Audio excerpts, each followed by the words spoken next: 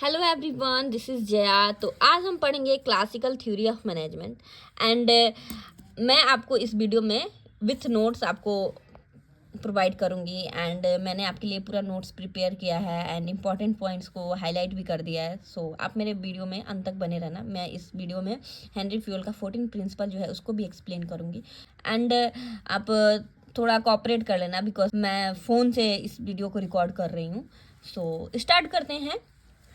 And यहाँ पे हम देख सकते हैं Henry fuel was a mining engineer and work for French mining company. Henry fuel जो है एक माइनिंग इंजीनियर होते हैं और वो फ्रेंच माइनिंग कंपनी के लिए काम कर रहे होते हैं एंड उनको फर्स्ट इंजीनियर भी कहा जाता है फ्रेंच माइनिंग कंपनी का। एंड उनको प्रमोट कर दिया जाता है बाद में जनरल मैनेजर के पोस्ट पे एंड उसके बाद डायरेक्टर ऑफ एडमिनिस्ट्रेटिव के पोस्ट पे एंड फ्रॉम 1888 टू 1918। एंड उन्होंने एक बुक लिखा था जिसका नाम है जनरल एंड इंडस्ट्रियल मैनेजमेंट। इसको मैंने हाईलाइट कर दिया बिकॉज ये इंपॉर्टेंट पॉइंट हो जाता है। And he develop the theories of management and work organisation that was widely influence in the earliest 20th century and his school of thought is known as a classical theory of management. इनका जो school of thoughts है Henry Fayol का, उसी को हम बोलते हैं classical theory of management. And Fayol जो होते हैं अपने वर्क और एक्सपीरियंस के बेस्ड थ्योरी को जो है वो डेवलप करते हैं। एंड नेक्स्ट हम देखेंगे कि फ्यूल जो होते हैं उनका हैड टू मेजर व्यू उनका होता है साइंस ऑफ। अरे यार, मेरी कैट मुझे डिस्टर्ब कर रही है, उधर बैठो। देखो, तो डिस्टर्ब मत करो, मैं पढ़ाने दो मुझे। First point, science of management should replace the rule of thumb. And second one, university of administrative theory. And he classified the totality of industrial undertaking into 6 functional groups. Fuel जो होते हैं वो बोलते हैं किसी भी इंडस्ट्री में अगर उसको अच्छा तरह से रन करना है तो उनके पास 6 ये ग्रुप होने चाहिए या 6 चीज़ तो होने चाहिए। फर्स्ट हो जाता है technical, commercial, financial, security and accounting and managerial. तो ये 6 पॉइंट्स के बारे में वो बात करते हैं। फंक्शनल ग्रुप है जो कोई भी इंडस्ट्री में होनी चाहिए ताकि वो अच्छे से रन कर पाए या फिर इम्प्रूवमेंट हो पाए उसमें। सो नेक्स्ट हम देखेंगे हेनरी फ्यूल जो होते हैं आइडेंटिफाई करते हैं 5 एलिमेंट जिसको हम फंक्शन भी कह सकते हैं मैनेजमेंट का, POCCC। तो फर्स्ट जो हो जाता है हमारा प्लानिंग हो जाता है, organising and commanding, coordination and यहाँ पे कंट्रोलिंग। सो यहाँ पे मैंने एक्सप्लेन कर दिया। बेसिकली यहाँ पे प्लानिंग का मतलब ये हो जाता है अगर कोई भी आप गोल अपना अचीव करना चाहते हो तो आप एक मतलब पाथ बनाते हो कि कैसे उस गोल को अचीव करना है। तो उस प्लानिंग का मतलब basically path through which the goals can be achieve. And organising, आप ऑर्गेनाइज करते हो चीज़ों को या फिर मटेरियल्स को। एंड कमांड करते हो, उसको डायरेक्टिंग करते हो। Coordination, bring harmony various units and individual functioning. And control का मतलब होता है ensure the performance of the workers are within the limits of norms and regulation of the organizing through the techniques और rewards and punishments. तो यहाँ पे ये control आप कर सकते हैं वर्कर को एंड उसके ऊपर कुछ नॉर्म्स लगा सकते हैं, रेगुलेशन लगा सकते हैं या लॉ कुछ बना दिए हैं कि कुछ लिमिट उनके लिए लगा दिए हैं। एंड उनको टेक्निक को मतलब समझाएं कि कैसे उस टेक्निक को यूज़ करना है। मान लीजिए कंपनी में कोई वर्कर आते हैं, मशीन आ जाता है क्या कुछ नया, तो आप उनको समझाएं कि कैसे उसको यूज़ करना है ताकि आपका जो कंपनी है वो इम्प्रूवमेंट हो उसमें। एंड वर्कर को आप खुश भी कर सकते हैं रिवार्ड के थ्रू एंड उनको पनिशमेंट भी दें ताकि उनके अंदर डर भी रहे। सो नेक्स्ट जो हमारा टॉपिक हो जाता है Henry Fayol 14 principle of management. So यहाँ पे मैं पहले नाम बता देती हूँ कौन कौन से 14 प्रिंसिपल होते हैं। तो फर्स्ट हो जाता है हमारा डिवीज़न ऑफ लेबर। आप देख सकते हैं मैंने एक्सप्लेन कर दिया with notes. And authority and responsibility. And third one जो है वो हो जाता है discipline. And fourth unity of command and unity of direction and subordination of individual interest. And seventh हमारा हो जाता है remuneration and degree of centralisation, scalar chain हो जाता है। एंड 10th जो हो जाता है हमारा ऑर्डर हो जाता है, इक्विटी हो जाता है। एंड 12th जो हो जाता है stability of tenure and personnels, initiatives हो जाता है। एंड यहाँ पे आप देख सकते हैं एक टीम स्पिरिट हो जाता है। एंड यहाँ पे कुछ क्रिटिसिज्म है जो कि मैंने ऐड किया है। सो मैं इसको अब एक्सप्लेन करती हूँ, एक एक करके आपको बताती हूँ। सो बेसिकली यहाँ पे देख सकते हैं जो फर्स्ट पॉइंट है, division of labour. The division of labour involves dividing the task within any organisation into different teams specialised in those task.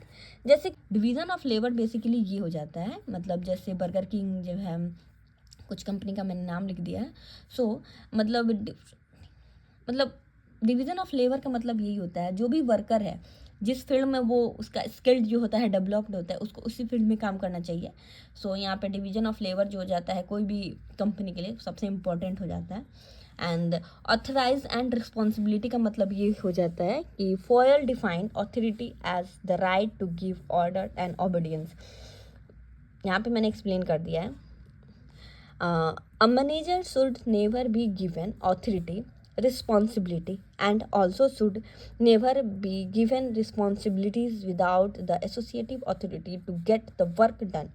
Both authority and responsibilities are interconnected. Basically, authority and responsibility जो होता है दोनों एक दूसरे से interconnected होता है। तो यहाँ पे एक्सप्लेन कर दिया, आप इसको पढ़ सकते हैं, स्क्रीनशॉट ले सकते हैं। एंड अगर आपको वीडियो में मतलब इसको पढ़ने में कुछ कन्फ्यूज़न हो रहा है या फिर धुंधला आपको दिख रहा हो तो आज आप कमेंट में बताना, मैं आपको PDF प्रोवाइड कर दूँगी। बिकॉज मैं फ़ोन से रिकॉर्ड कर रही हूँ तो थोड़ा आप कोऑपरेट कर लो। एंड जो थर्ड पॉइंट हो जाता है हमारा डिसिप्लिन हो जाता है। जैसे यहाँ पे मैंने एक शॉर्टकट में एक्सप्लेन किया है, if any office must have rules and regulation, for example timing of an office 10 AM to 5 AM। मतलब कोई भी कंपनी हो या फिर कोई भी वर्क का प्लेस होता है वहाँ पे मतलब डिसिप्लिन तो सबसे इम्पॉर्टेंट हो जाता है। लेबर हो या फिर वर्कर्स हो या फिर कोई भी हो, उनके लिए डिसिप्लिन इंपॉर्टेंट हो जाता है। ये नहीं कि जब मन किया तब काम पे चले गए, जब मन किया तब काम बंद कर दिए, तो डिसिप्लिन भी इम्पॉर्टेंट हो जाता है। And unity of command basically ये हो जाता है, the unity of command means the every members will always receive order from a single boss or superior to avoid the duality of information. So unity of command का मतलब ये हो जाता है मतलब बेसिकली वर्कर और मतलब बॉस के बीच में कोई कन्फ्लिक्ट ना हो। तो यहाँ पे देख सकते हैं।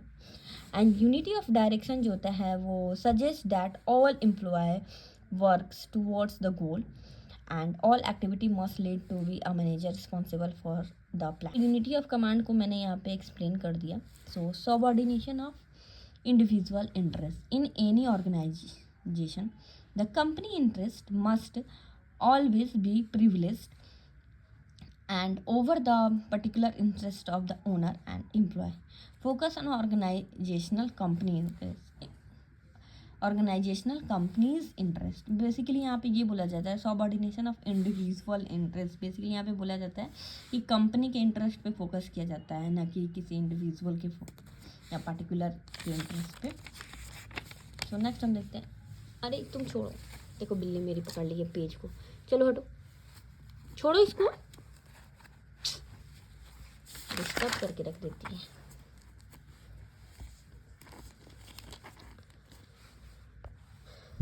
सो हमारा जो 7th जो प्रिंसिपल हो जाता है, रिम्यूनरेशन।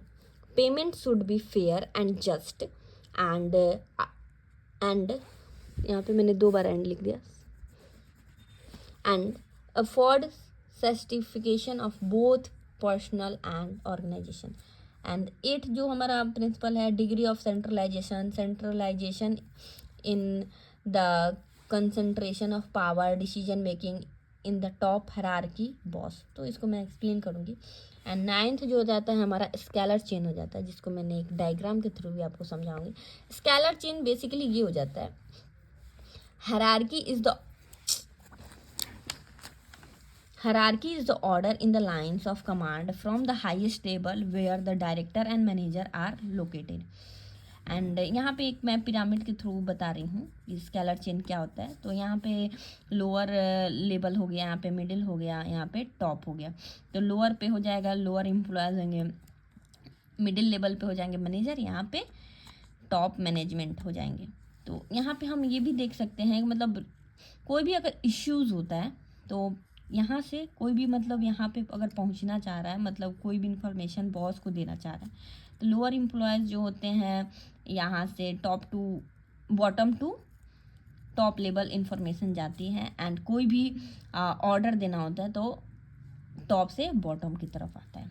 बेसिकली कोई भी मतलब इश्यूज़ हो या फिर किसी चीज़ से भी रिलेटिंग इंफॉर्मेशन जो है वर्कर को देना रहता है कि काम हो गया या फिर कुछ प्रॉब्लम हो रही है, तो वो ऐसे प्रोसेस जाएगा अपवर्ड में एंड ये डाउनवर्ड जाएगा। So order top to bottom यहाँ पे हो जाएगा।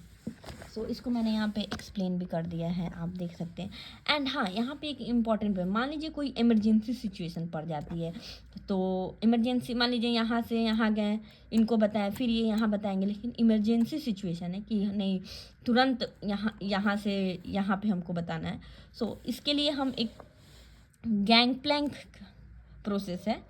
Foil come up given with an exception called gangplank. यहाँ पे मैं नोट्स आपको प्रोवाइड कर दी हूँ, यहाँ पे एक्सप्लेन कर देती हूँ। गैंग प्लैंक जो है एक जंपिंग टेक्निक है, जो लोअर वर्कर होंगे वो डायरेक्ट यहाँ पे टॉप मैनेजमेंट को भी इन्फॉर्म कर सकते हैं अगर कोई इमरजेंसी सिचुएशन पड़ते हैं। यहाँ पे मैंने एक्सप्लेन भी कर दिया है। Emergency problem not only simple problem, मतलब बेसिकली इमरजेंसी सिचुएशन होगा, not any simple problem. If any problem employ directly inform the top management by the process of gangplank, मतलब जंपिंग टेक्निक एक है ये। सो 10th जो हो जाता है हमारा ऑर्डर हो जाता है। सो यहाँ पे मैंने लिख दिया है, आप इसको पढ़ लो। एंड इक्विटी, इसको भी मैंने एक्सप्लेन कर दिया है, देख लो आप। एंड यहाँ पे जो है 12th है जिसको आप पढ़ सकते हैं या स्क्रीनशॉट ले लें। एंड 13th प्रिंसिपल हो गया। एंड ये रहा हमारा 14th प्रिंसिपल। तो मैंने सारा एक्सप्लेन कर दिया, तो आप इसको पढ़ लें। एंड कुछ क्रिटिसिज्म भी है, तो आप इसको भी ध्यान रखें। सो यहाँ पे हमारा जो है ये क्लासिकल थ्योरी ऑफ मैनेजमेंट जो होता है ख़त्म हो जाता है। एंड 14 प्रिंसिपल जो है हेनरी फ्यूल का, वो भी ख़त्म हो जाता है। Thank you so much for watching. And आप मेरे चैनल को सब्सक्राइब कर लो ताकि कोई भी वीडियो आपको मिस ना हो। एंड मैं फ़ोन से वीडियो बना रही हूँ, इसलिए आप इग्नोर कर सकते हो। एंड मैं अभी आपको एक अच्छे से इसको दिखा दे रही हूँ ताकि आप अच्छे से इसको स्क्रीनशॉट ले लो।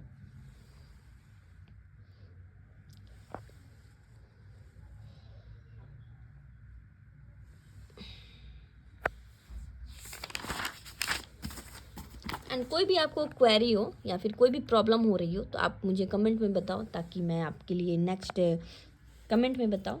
सो